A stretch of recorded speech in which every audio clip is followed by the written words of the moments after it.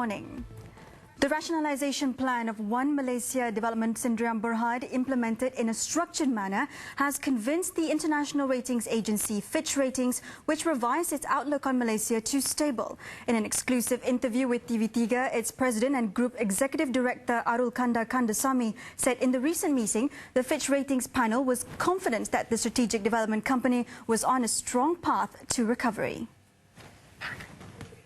Arul Kanda said measures taken by 1MDB to reduce its 42 billion ringgit debt has convinced Fitch Ratings. In terms of 1MDB itself, I spent over an hour with the Fitch team and we literally had a no-holds-barred discussion. We covered issues starting from the inception of 1MDB, the rationale for its existence, as well as some of the challenges that 1MDB has faced. We were very open, we were very honest, and we gave them all the details. But we also explained that, post the strategic review in February and the rationalization plan that was announced at the end of May, we had a clear path to reduce the debt of the company.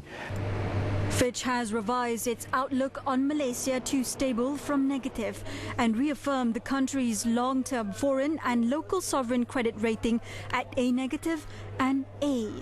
Arul Kanda said the upgrade is evidence of the government's success in ensuring the continued economic stability of the country.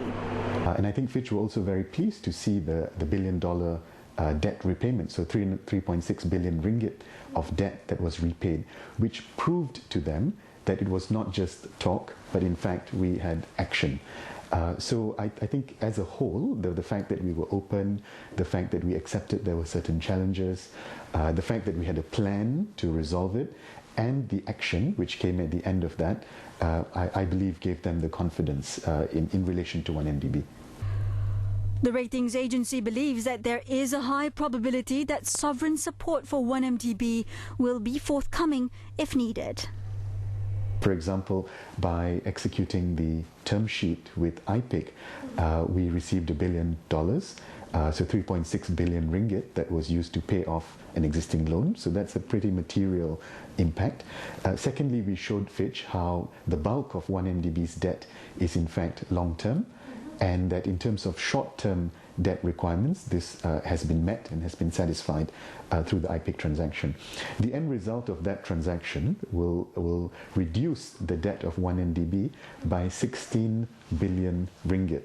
And so this is more than 1/3 of 1MDB's debt, which is a pretty material impact. No, what I mean is